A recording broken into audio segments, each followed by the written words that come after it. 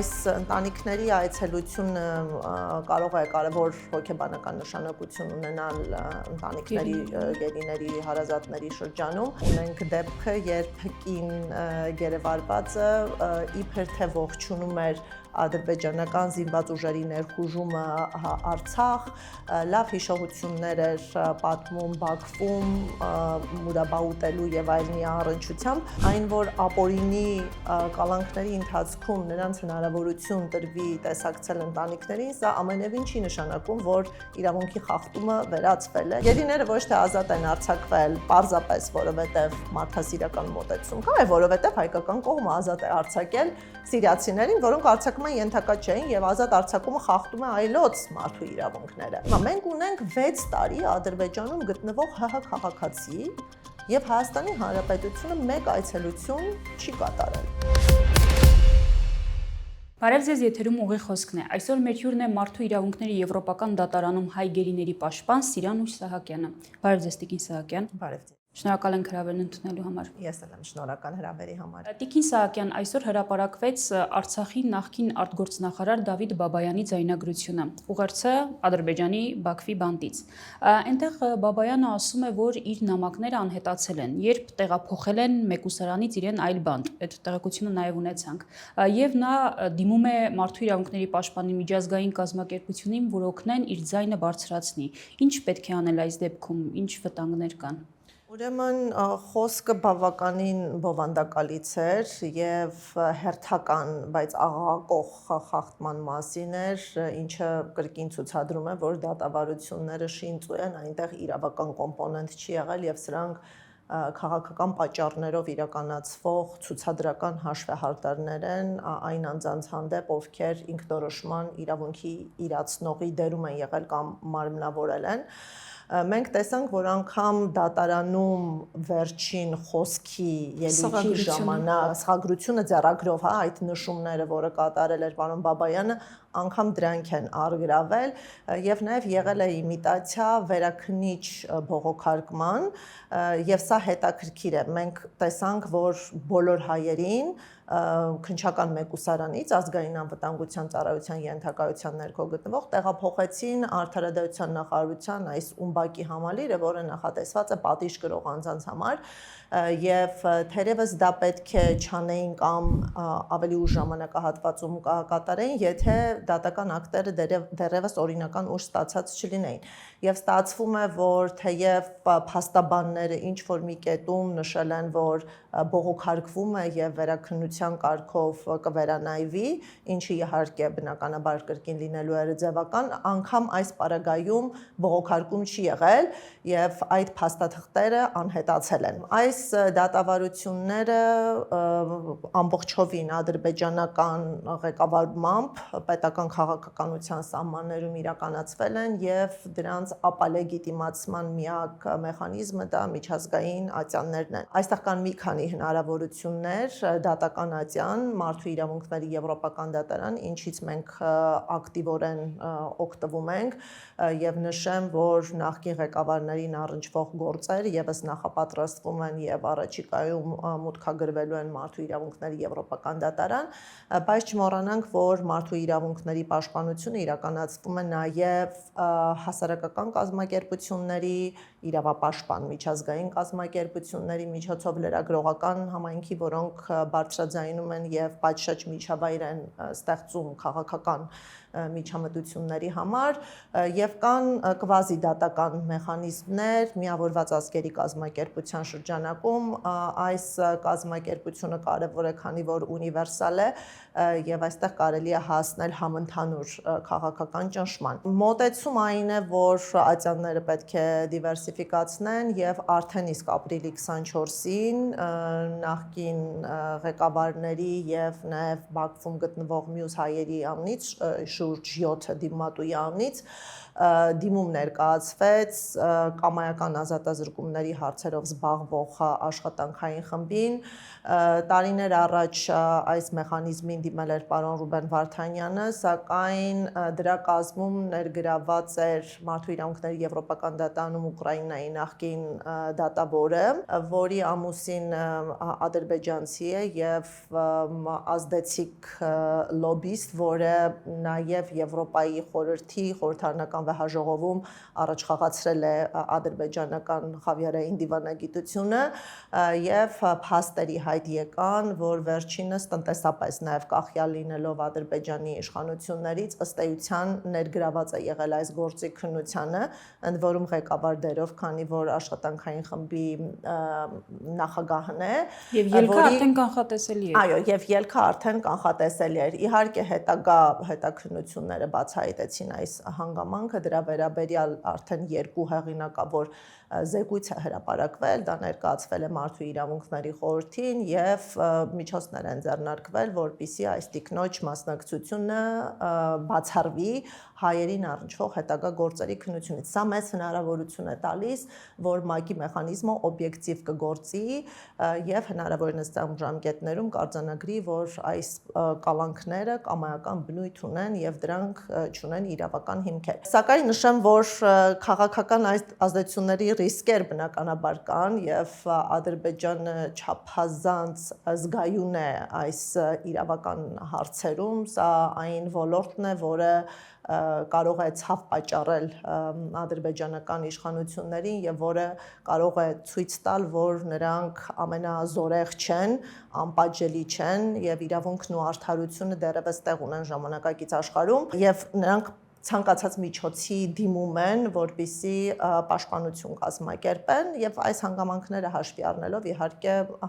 հակապլաններ եւս մշակվում են։ Մենք բոլոր դեպքերում գնում ենք նաեւ ատյանների դիվերսիֆիկացիան ճանապարհով, այսինքն խնդիրները փորձում ենք բարձրաձայնել համանման մանդատ ունեցող մի քանի մեխանիզմներ։ Նաեւ մենք ունեցանք ուղերձը Ադրբեջանից Ռուբեն Վարդանյանի կողմից, նա դիմում էր Մարդու իրավունքների պաշտպանին եւ ասում էր, որ դուք կարող եք կազմակերպել, որպեսզի գերիների հարազատները այցելեն Բաքու գերիներին, սակայն դուք նշում եք, որ այս դեպքում առանց պետության միջամտության լիազորությունների շրջանակում հնարավոր չէ։ Սա ինչ-որ մի ժամանակ հնարավոր կլինի կազմակերպել։ Ուրեմն Ռուբեն Վարդանյանը ըստ էության 2 հարցեր բարձրաձայնում, մեկը հենց ՄԻՊ-ի այցելություն եւ երկրորդը ընտանիքների այցելություն, ընդ որում սա կարող է լինել համատեղ այցելություն։ Այս ընտանիքների այցելությունը կարող է կարևոր հոգեբանական նշանակություն ունենալ ընտանիքների գերիների հարազատների շրջանում եւ ես չեմ բացառում, որ հայ-ադրբեջանական հարաբերություններում նպատակահարմար, քաղաքականապես նպատակահարմար դիտարկվի այս այցելության հնարավորության ապահովումը, մենք արդեն նախատիպը ունենք, օրինակ քաղաքացիական հասարակության ներկայացուցիչների փոխադարձ այցելություն իրականացվեց, հասկանալի էր, որ պետական մակարդակում պայմանավորվածությունների եւ աջակցության շնորհիվ կան խոսակցություններ նաեւ լրագրողների միջև փոխադարձ այցեր կազմակերպելու նպատակով եւ այս միջոցառումները ներկայացվում են որպես խաղաղության նպաստող, վստահությունը վերականգնող միջոցառումներ, ինչ ավելի մոտեցնում է խոստացված խաղաղությանը, սակայն մենք ունենք բազմաթիվ արձանագրված դեպքեր, երբ մարդու իրավունքները, մարդկային խնդիրները օգտագործվում են քարոզարշավի, քարոզչական նպատակներով եւ թեև մարդասիրական իրավունքի նորմերը արգելում են հանրայնացնել եւ հանրային արհեստական ուշադրություն առաջացնել գերիների նկատմամբ, մենք տեսել ենք, որ այս բոլոր նորմերը բացահայտ կերպով անտեսվում են Ադրբեջանի իշխանությունների կողմից, նույնիսկ գերիների գերեվարման պատմություններն են աղավաղվում եւ ներկայացվում ադրբեջանական թեզերի լույսի ներքո, օրինակ կտեսնեք, որ գերեվարվածները իբրև թե իրենց ցանկությամբ հարցազրույցներ, ասուլիսներ էին կազմակերպում Ադրբեջանում, որտեղ նրանք դժգոհում էին Հայաստանում տիրող իրավիճակից, գոհունակություն էին հայտնում Ադրբեջանի իշխանություններից, նաև հրապարակային նշում էին, որ դժգոհություններ չունեն պահման պայմանների, իրենց նկատմամբ վերաբերմունքի վերաբերյալ, եւ մենք նաև ունենք դեպքը, երբ կին գերեվարվածը իբր թե ողջունում էր ադրբեջանական զինված ուժերի ներխուժումը Արցախ, լավ հիշողություններ էր պատմում Բաքվում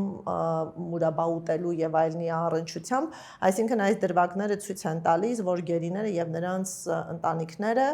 ադրբեջանական քարոզչամեքենայի կողմից օգտագործվում են եւ նման այցելությունների պարագայում մենք պետք է զգուշավորություն ցուցաբերենք,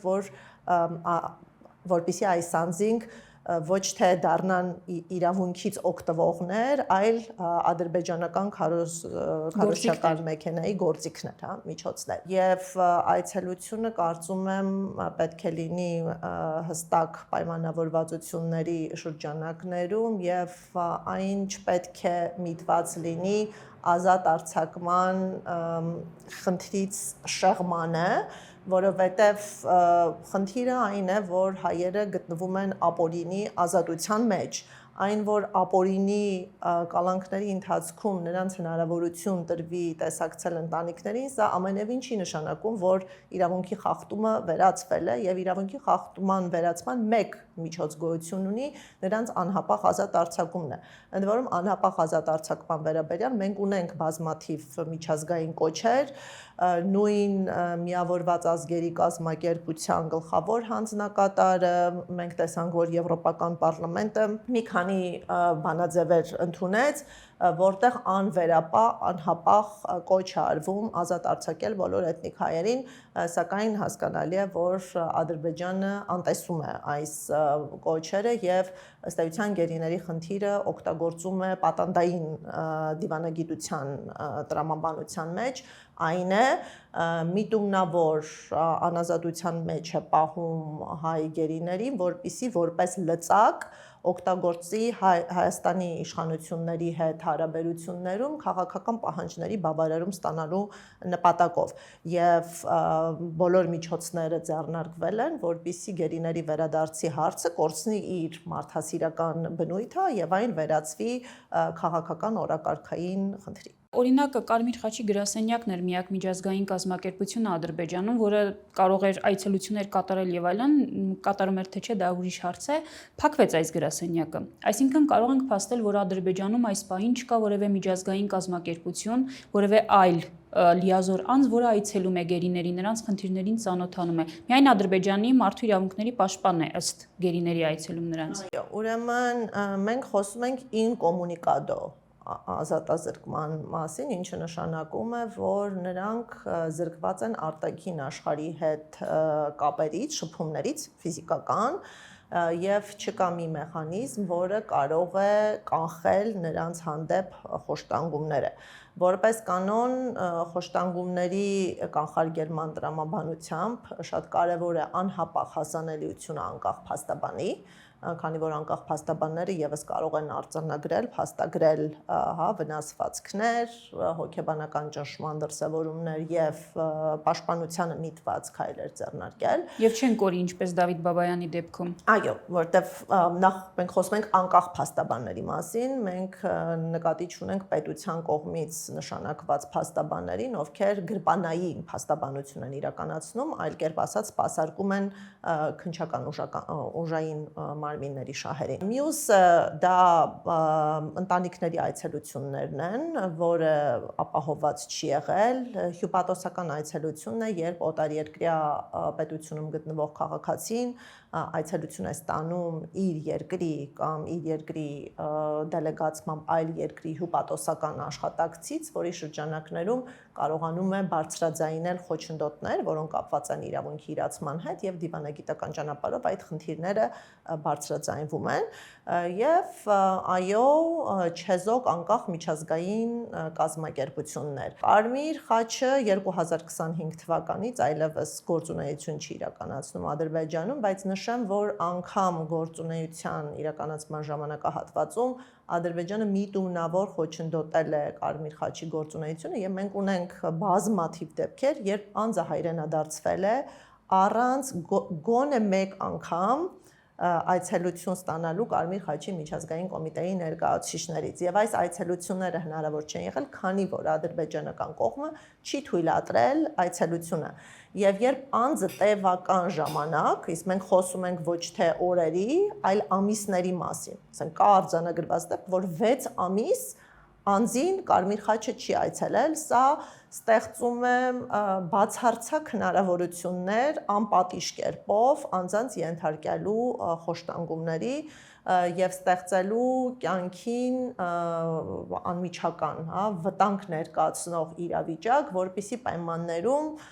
անձանց ազատ կամարտահայտությունը չեզոքանում է եւ կորցնում են ինքնուրույն գործելու հնարավորությունից հայտնվում են խոցելի իրավիճակում, երբ իրավունքների պաշտպանվածությունը պարզապես հնարավոր չէ։ Հիմա Ադրբեջանը միտումնավոր ստեղծել է նման իրավիճակ եւ մենք խոսում ենք ոչ թե սովորական կամայական ազատազրկումների մասին, մենք խոսում ենք incommunicado ազատազրկումների մասին, քանի որ այս ողջ ժամանակահատվածում անկախ մեխանիզմներ, անկախ մասնագետներ, բժիշկներ, փաստաբաններ հնարավորություն չեն ունեցել տեսակցելու եւ հնարավորություն չեն ունեցել կանխարգելելու խոշտանգումները հայերի նկատմամբ։ Ադրբեջանը Կարմիր խաչի գործունեությունը դադարեցնելու զուգահեռ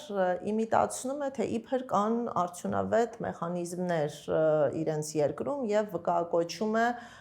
հենց մարդու իրավունքների պաշտպանին, որը նշեմ միջազգայինորեն հեղինակազրկված կառույց է։ Նախ այս կառույցը ցուցադրել է իր ոչ կենսունակությունը սեփական քաղաքացիների պաշտպանության հարցում, չմոռանանք, որ Ադրբեջան ամենամեծաթիվ քաղաքական բանտարկյալներ ունեցող երկիրն է, որի բանտային համակարգում կա խոշտանգումների վարչական պրակտիկա, այսինքն սա ոչ թե առանձին իզոլացված դեպքեր են, այլ համատարած պրակտիկա է։ Օրինակ Հայաստանի հետ նույնիսկ խաղաղության մասին խոսող մարդկանց ձերբակալում են Ադրբեջանում։ Այո, այնտեղ ցանկացած ընդդիմախոս անկախ գործունեություն իրականացնող անձ ենթարկվում է համանման սպառնալիքների, օրինակ փաստաբանները անկախ գործունեության համար որակազրկվում են, ենթարկվում են քրեական հետապնդումների, խոշտանգվում են եւ այս ադրբեջանական անգամ գործերով ՄԻՊ-ը որևէ գործունեություն անկախ չի իրականացրել եւ հիմնականում հանդես է եկել այս հանցագործությունները կոծկողի դերում, այսինքն ոչ թե անկախ մեխանիզմ է, այլ սպասարկում է գործադիր իշխանության շահերը եւ սա է պատճառը, որ ադրբեջանական ՄԻՊ-ը չունի դասակարգիչը միջազգայինորեն տրված, որը նշանակում է, որ չի համապատասխանում օմբուդսմենական ինստիտուտների անկախության փարիզյան չափանիշներին, այսինքն ֆունկցիոնալ առումով անկախ չէ եւ կախվածության մեջ է գտնվում գործադիր իշխանությունից։ Իսկ այս մարդու իրավունքների հիմնական խախտումները իրականացվում են հենց գործադիր իշխանության պատվերով, թելադրանքով եւ գործադիր իշխանության ենթակայության տակ գտնվող ուժային կառույցների ներգրավվածությամբ։ Եվ նման պայմաններում փորձում են աշխարհին համոզել, որ խտրականության, ատելության համատեքստում անգամ ադրբեջանական ՄԻՊ-ը անկախ մեխանիզմ է եւ ոչինչ էլ չի պատահել, քանի որ Կարմիր խաչի այցելությունները փոխարինվել են ադրբեջանական ՄԻՊ-ի այցելություններով։ Նշեմ, որ նախ ոչ բոլոր դեպքերում են, որ նման այցելություններ եղել են եւ ավելին մեզ հայտնի են տեղեկություններ, որ այս այցելությունների ժամանակ ՄԻՊ-ը կամ ՄԻՊ-ի աշխատակիցները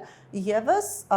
նվաստացնող գործելակերպ ցուցադրող օղակի են վերաճել, օրինակ նույն ՄԻՊ-ի աշխատակիցների այցելության ժամանակ հայ գերիներին պարտադրել են, որպեսզի նրանք գոռան փառք Ադրբեջանին, փառք Ալիևին եւ այլն, այսինքն ինքնին այս այցելությունները ուղեկցվել են մարդու իրավունքների խախտումներով։ Նշեցիք, որ պետք չէ այդ այցելությունները հարազատների վերածվի քարոզչական գործիքի, ձեր կարծիքով մինչև հունիսի 7 Հայաստանում սպասվող խորհրդարանական ընտրությունները հնարավոր է, որ գերիներ վերադարձվեն Ադրբեջանից Հայաստան որպես այս քարոզչության մի մաս։ Գերիների վերադարձ կարող է լինել ցանկացած պահի, թե նախընտրական եւ թե այն ժամանակահատվածներում, երբ ընտրական գործընթացներ պարզապես չկան, գերիների վերադարձը, երբ կորցրել են իր զուտ մարդասիրական բնույթը եւ քաղաքականացվել է, բնականաբար ենթարկվում է արտաքին եւ ներքին քաղաքական ազդեցությունների, այսինքն քաղաքական հանգամանքները դառնում են ազատ արձակման վրա ազդող գործոններ։ Կարծում եմ սովորական պայմաններում ընդհանրապես պետք է պետության պարտավորությունները նշանակություն ունենային եւ կոնֆլիկտի ավարտը ինքնին, որը բնականաբար եւս կարևոր արտաքին քաղաքական որոշում է, պետք է ածանցվող կերպով հանգեցներ գերիների ազատ արձակմանը, ընդ որում գերիների ազատ արձակումը բարձրացնում է նաև պատերազմում հաղթող պետության վարկանիշը, քանի որ կարողանում են մարդասիրական դեմք փրկել եւ հասարակությունների միջև հետ պատերազմյան ժամանակաշրջանում երկխոսության հետագա փոխհարաբերությունների ձևավորման պայմաններ ստեղծել։ Եվ կարծում եմ իրապես ուժեղ պետություններ, ուժեղ հասարակության ոչ թե մարդասիրական հարցերի հաշվին փորձում են առավելություններ ցուցադրել, նրանք առավելությունները ցուցադրում են ռազմական ուժի, տնտեսական եւ այլ գործոններով, հարգելով մարդու իրավունքների։ Մենք տեսնում ենք, որ ցանկացած հակամարտությունում, նույնիսկ շատ ավելի վատ սուր հարաբերություններ ունեցող հակամարտություններում այս խնդիրը իր լուծումը ստանում է եւ դրական ձևով է դա նաեւ լուսաբանվում միջազգայինորեն։ Ադրբեջանի պարագայում սա չի եղել եւ մենք կարող ենք տեսնել, որ յուրաքանչյուր հայրենադարձման հիմքում ընկած է եղել զիջում, քաղաքական զիջում կամ պայմանավորվածություն։ Օրինակ, ականապատ դաշտերի քարտեզների տրամադրում կամ ադրբեջանցի հանցագործների ազատ արձակում այն պարագայում, երբ նրանք ապացուցված արարքներ են կատարել, ընդ որում շատ դեպքերում ուղեկցված նաև անչափահասի նկատմամբ, կյանքի նկատմամբ գործողություններով, կամ մենք տեսանք առնվազն վերջին հայրենադարձման պարագայում սիրիացի վարձկանների ազատ արձակում։ Հիմա որքան էլ որ ցուցադրվի, որ սա խաղաղության համատեքստում կատարված վերադարձ էր, մենք ունենք փաստերի պարզ համադրում, նույն օրը, այսինքն ոչ թե 2 օր անց, 2 օր առաջ, հենց նույն օրը, նույն ժամանակային հատվածում ազատ են արձակվում սիրիացի վարձկանները։ Եվ սա ցուցադրում է այս ժամանակային մոտեցումը բացահայտում է, որ այստեղ եղել է պայմանավորվածություն եւ ընդ որում կողմերի միջև վստահությունը այնքան ցածր է, որ չեն սպասել, որ ժամանակային խզում լինի այս երկու գործողությունների միջև։ Այո, այսինքն եթե վստահություն լիներ, ադրբեջանական կողմը նախ կարող էր ազատ արձակել հայ գերիներին, մի քանի օր հետո Հայաստանը ազատ արձակեր սիրիացիներին, բայց քանի որ ադրբեջանական կողմը չի վստահել, պահանջել է համաժամանակյա գործողություններ, այս համաժամանակի բնույթը գործողությունների ցուցադրում է փոխկապակցվածությունը, որ գերիները ոչ թե ազատ են արձակվել պարզապես, որովհետև մարդասիրական մոտեցում կա, այլ որովհետև հայկական կողմը ազատ է արձակել սիրիացիներին, որոնք արձակման ենթակա չէին եւ ազատ արձակումը խախտում է այլոց մարդու իրավունքները։ Մենք տեսանք COP29-ի աջակցությունը։ Հիմա եւ ստացվում է, որ այդ հատուկ պայմանավորվածություններն են, որոնք տեղաշարժ են ապահովում գերիների ազատ արձակման հարցում եւ այո, չենք կարող բացառել, որ նույն նախընտրական ժամանակահատվածում կարող են ինտենսիվանալ այդ բանակցությունները եւ փոխադարձ պայմանավորվածություններ ձեռք բերվեն։ Վտանգավոր երևույթը այստեղ այն է, որ խնդիրը քաղաքականացված է։ Նման պարագայում թե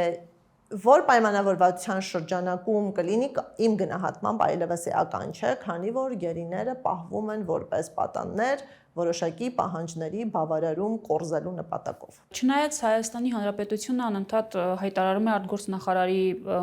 դիրքով եւ այլն, մենք անընդհատ այդ գերիների հարցը պահում ենք օրակարգում, ամենօրյա ռեժիմով աշխատում ենք, սակայն որևէ դիրքորոշում այնուամենայնիվ մենք չենք տեսնում։ Նույնիսկ վերջերս գերիների հարազատները դիմել էին Շվեյցարիայի եւ Հայաստանի, չէ, արտգործնախարարների մակարդակով, սակայն շվեյցարական կողմից եղավ պատասխան, Հայաստանի կողմից ոչ։ Այս պարագայում, երբ պետությունը կոպիտ ասած տեր չի կանգնում իր պատանդված հայրենակիցներին, հանրության մեջ ինչպես միշտ բաց պահել գերիների թեման եւ որպեսզի այն նույնպես միջազգային հարթակում երևա։ Պետությունը իհարկե հստակ նշում է, որ քայլեր կան, մեզ համար կան տեսանելի քայլեր, բայց կան նաեւ շատ լուրջ աններելի բացթողումներ։ Մեզ համար օրինակ տեսանելի էր 2021 թվականի մեկնարկված դատական գործընթացները ընդդեմ Ադրբեջանի, որի շրջանակներում մենք տեսել ենք նաև դատական որոշումներ, որոնք խոսում են հայերի հանդեպ խտրականությունների մասին, որոնք նաև արձանագրում են այլապօրինություններ, այդ թվում Լաչինի բլոկադան եւ այլն եւ այլն։ Միևնույն ժամանակ մենք տեսնում ենք, որ արդեն իսկ հաջողության մեկնարկված գործընթացները քաղաքական պայմանավորվածություններով վտանգի տակ են դրվել եւ դրանք երկարաժամկետ վտանգում են Հայաստանի եւ Հայաստանի քաղաքացու շահերը, քանի որ նախաստորագրված խաղաղության համաձայնագրում կա կետ, համաձայն որի երկու պետություններն էլ հրաժարվում են միմյանց հետ միմյանց դեմ ներկայացված հայցերից որևէ դատավարական կարգավիճակով հանդես չեն գալիս դատական process-ներում եւ այլն եւ այլն։ Սա իրավական պահանջատիրությունից հրաժարում է եւ այնպիսի թեզի առաջխաղացում է, որը խոսում է ոչ մարդասիրական խաղաղության մասին։ Առհասարակ խաղաղության նախապայմանը դա արդարությունն է եւ անգամ այն երկրները, որոնք պատրաստ են խաղաղության, սակայն մերժում են արդարությունը, միջազգային հանրությունը չի աջակցում, քանի որ երկարաժամկետ խաղաղության միակ նախապայմանը դա արդարությունն է եւ տուժածների իրավիճակի շտկումը, որպեսզի մարդկային տառապանքները վերանան եւ վստահություն ձևավորվի հասարակությունների միջեւ։ Նույն ուկրաինական հակամարտությունում կա ոչ միայն սովորական արդարության տարեր, այլ նաեւ անպատժելիության վերացման հստակ նախադրյալներ, որքանի դեռ այն անձինք, ովքեր նախաձեռնել են պատերազմական հանցագործություններ չեն ենթարկվել քրեական պատասխանատվության, չի կարող կառուցվել խաղաղություն, այսինքն խաղաղությունը պետք է բերի արդարություն եւ պատժելիությանը միտված հստակ գործողություններ։ Եվ նաեւ ռազմագերիների փոխանակում ռուս-ուկրաինական մենք տեսնում ենք։ Մենք դինամիկան հստակ ենք տեսնում եւ տեսնում ենք, որ այստեղ մարդասիրական մոտեցում է ուղղակի ցուցաբերվում։ Հիմա այս պարագայում մենք տեսնում ենք, որ բացառություն է նախատեսվում եւ արդարության մերժումն է ընկալվում որպես խաղաղության ճանապարհ։ Այսինքն, եթե պարզ մաչելի ձևով ասենք,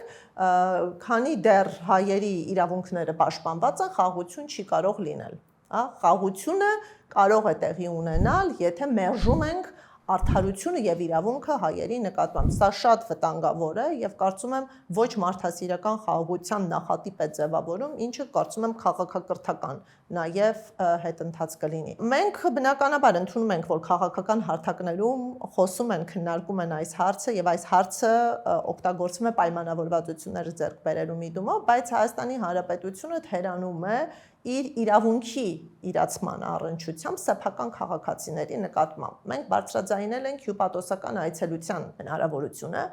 որը այդ մեկուսացումը ինկոմունիկադո վիճակը շեղող, ճեղքող միակ միջոցառումն է, հատկապես Կարմիր խաչի գործունեության դադարից հետո։ Հայաստանի Հանրապետությունը ունի միջազգային իրավունքով պաշտպանված իրավունք տեսակցելու անմիջականորեն կամ միջնորդավորված իր ցանկացած քաղաքացու, որը գտնվում է օտարերկրյա բանտերում։ Հիմա մենք ունենք 6 տարի Ադրբեջանում գտնվող ՀՀ քաղաքացի եւ Հայաստանի Հանրապետությունը մեկ այցելություն չի կատարել։ Հիմա սա արդյոք անգործություն է, թե բոլոր միջոցների ձեռնարկում, կարծում եմ պատասխանը շատ հստակ է, եւ ես չեմ տեսնում որևէ պատճառ, որ Հայաստանի Հանրապետությունը չհայցելի, խոցելի կարգավիճակում գտնվող կոնֆլիկտով պայմանավորված կամայական ազատազրկման ենթարկված իր քաղաքացուն։ Եթե ադրբեջանական կողմը խախտում է Հայաստանի Հանրապետության իրավունքը եւ զրկում է այդ իրավունքը իրացնելուց, կարծում եմ մենք դրա մասին պետք է իմանանք։ Եթե խոչընդոտները ադրբեջանական կողմի գործելակերպի արդյունքը, կարծում եմ այս պարագայում արտաքին գործերի նախարարությունը պետք է թափանցիկ լինի։ Սակայն մենք ունենք մի իրավիճակ, երբ մենք դիմում ենք արտաքին գործերի նախարարությանը դեռևս 1 տարի առաջ, ցուցադրում ենք մեխանիզմը, նաև տրամադրում ենք Շվեյցարիայի իշխանությունների համաձայնությունը միջնորդավորված այցելությունների պարագայում ստանձնելու այդ դերը, եւ 1 տարի անց մենք չունենք պատասխան։ Տարի առաջ է, այսինքն Մենք 1 տարի առաջ ենք պահանջով դիմել եւ 1 տարի անց դեռևս արտաքին գործերի նախարարությունը չի պարզաբանում, թե ինչու այդ այցելությունները տեղի չեն ունենում։ Արդյոք Հայաստանի Հանրապետությունը ցանկություն չունի տեսակցելու իր քաղաքացիներին եւ որոշել է անտեր թողնել, թե Հայաստանի Հանրապետությունը բոլոր դեպքերում հետևողական է, սակայն խոչընդոտներ կան, որոնք պարտադրված են Ադրբեջանի իշխանությունների կողմից։ Մենք չենք տեսնում պատասխան եւ չենք տեսնում թափանցիկություն։ Իսկ կարծում եմ, եթե մենք շարժվում ենք դեպի խաղաղություն, հասարակությունը պետք է տիրապետի յուրաքանչյուր տեղեկատվության, ինչը առնչվում է հայ-ադրբեջանական փոխհարաբերություններին։ Շնորհակալություն Տիկին Սահակյան։ Ես եմ շնորհակալ։ Եթերում ուղիղ խոսքներ հետագա հաղորդումներին հետևելու համար կարող եք բաժանորդագրվել Լամեդիա YouTube-յան ալիքին։ Հաջողություն։